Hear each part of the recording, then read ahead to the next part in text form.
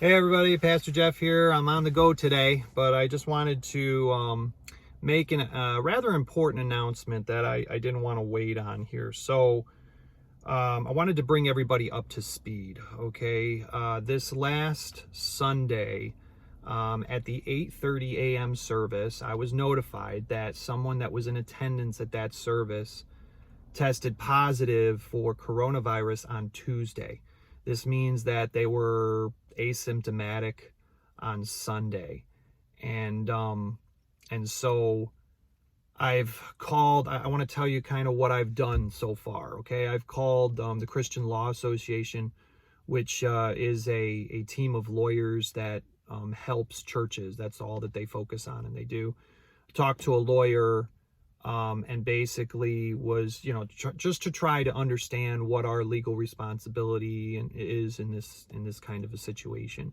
I went online and researched CDC guidelines, and basically, by definition, CDC guidelines state that anyone who is less than 6 feet of an individual with the virus for more than 15 minutes needs to quarantine for 14 days.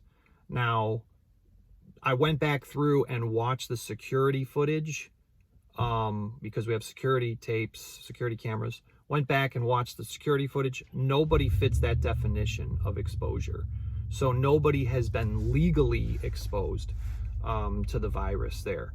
All right. But I did want to go above and beyond. And so I watched the whole service. I watched this individual stayed in the auditorium the whole time, and but did come for a minute or two within 6 feet of some people. And so I've notified those people that I felt were not legally exposed, but within 6 feet, just so that they could be aware and they could do what they wanted with that information.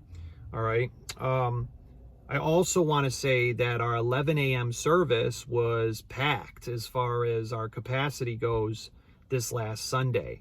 And that's a good problem to have. I'm glad people are starting to come back out, and we're starting to see, good attendance there. However, there was an administrative flaw, and it's all my fault.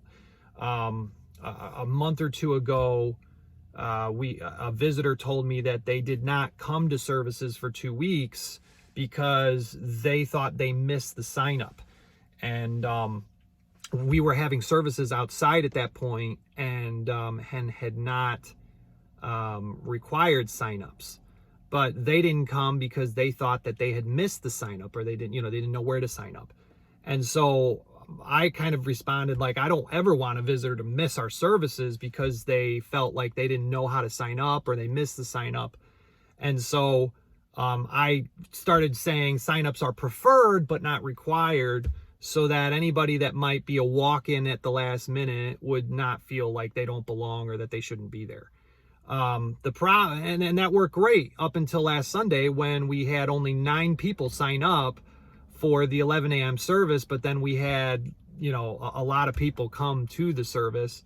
And again, it's not your fault, it's my fault, because I said sign up is preferred but not necessary. So we're going back to mandatory signups, because we were so full at the 11 a.m. service that we weren't fully able to social distance, and it started, you have too many people, it starts to create a bottleneck. So what we want to try to do is, again, spread that attendance out. All right. And I have actually put signups now for the 11 a.m. and the 8:30 a.m. service. And once those are filled, then it's full, and you need to attend the other service. And I don't think both services are going to be full. Again, you only need to sign up the people that are actually going to be in the auditorium. If you have kids going to junior church, you don't need to sign them up on the list, okay? I don't think we'll have a problem with both services being filled. If we do, then we may have to think about going to a third service or something along those lines, okay? We're not requiring signups for Sunday school at this point, because I don't think that capacity has become an issue yet. But if that happens, then we may start requiring signups for that. All right. Also, lastly, I just want to say, listen, we're never going to be 100% secure as far as being able to guarantee you that coming to church you're 100% safe. Just like, you know, you go to Walmart, you go to the grocery store, you go anywhere, you're assuming a certain amount of risk. However, I don't want to say that somebody contracted the virus at our church because we were negligent. And so I know that, you know, maybe you're in a group of people where you don't have to worry about the virus that much, or you feel as though if I were to get it, I wouldn't really be affected. I'm young, I'm strong, I'm healthy. And that's great. But not everybody fits in that category. And, you know, you also need to think about if you come in contact with loved ones who are weaker, that you could be transmitting it to them. And I know you've heard this 100 times, so you don't need me to say it again.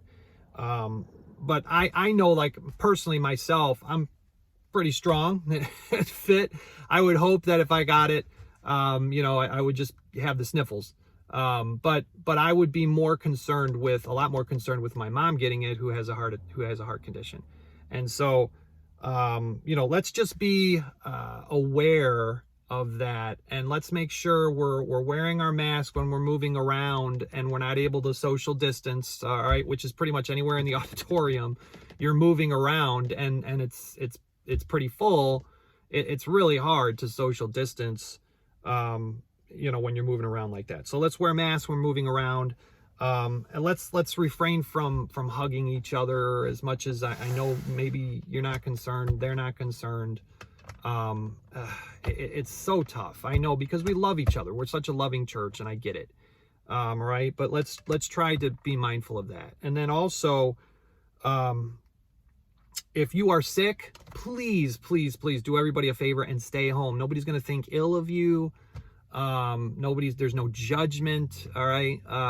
If you're sick, stay home and do us all a favor and protect your brother and sister in Christ. All right. So we're trying to do everything we can to keep people safe. We've installed, in the last month and a half, we've installed an air exchanger system.